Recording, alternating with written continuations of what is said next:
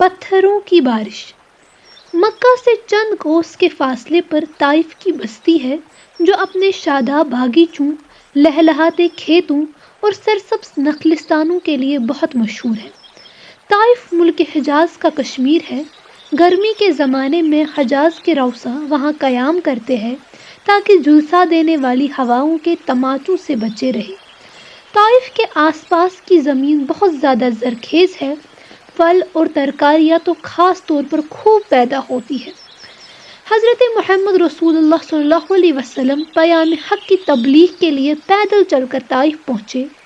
طائف کے سب سے بڑے رئیس عبد یا لیل پر اسلام پیش کیا اور اس کے بعد عام طور پر واعظ و تلقین فرمانے لگے۔ اس درس ہدایت میں خدا کی بڑائی، بت پرستی کی مذمت، برائیوں سے باز رہنے کی تاکید اور اچھائی کی زندگی گزارنے کی دعوت تھی۔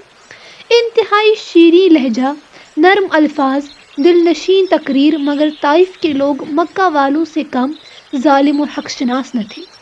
ان کم بختوں نے اپنے غلاموں اور چھوکروں کو آپ کے خلاف اکسا کر پیچھے لگا دیا۔ سرے بازار آپ کو گالیاں دی گئی، برا بھلا کہا گیا اور پھر پتھروں کا مینہ برسایا گیا، یہاں تک کہ حضور صلی اللہ علیہ وسلم کے پائے مبارک خون میں بھر گئے۔ یہ منظر بڑا ہی دردناک تھا۔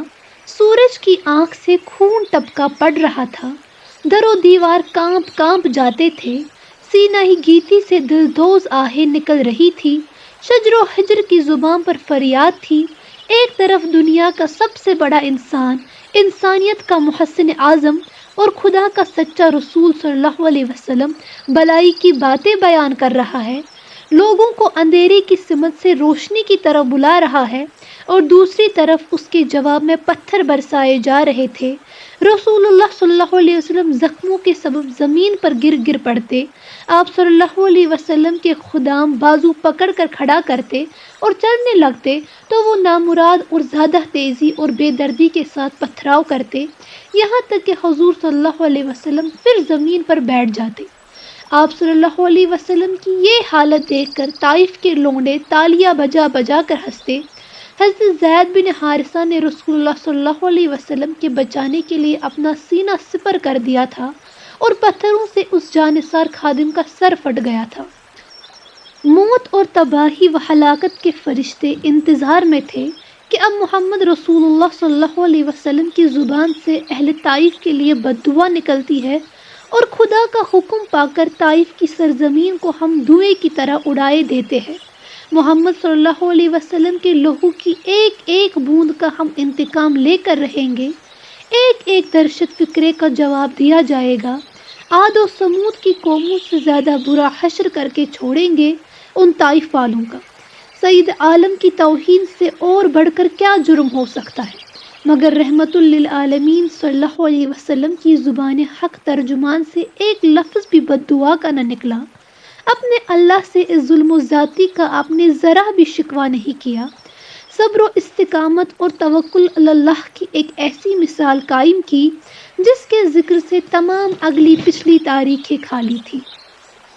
طائف والے اپنی کامیابی پر بہت نازا تھے کہ ہم نے اپنے معبودوں کی توہین کا آج خوب جی کھول کر بدلہ لے لیا۔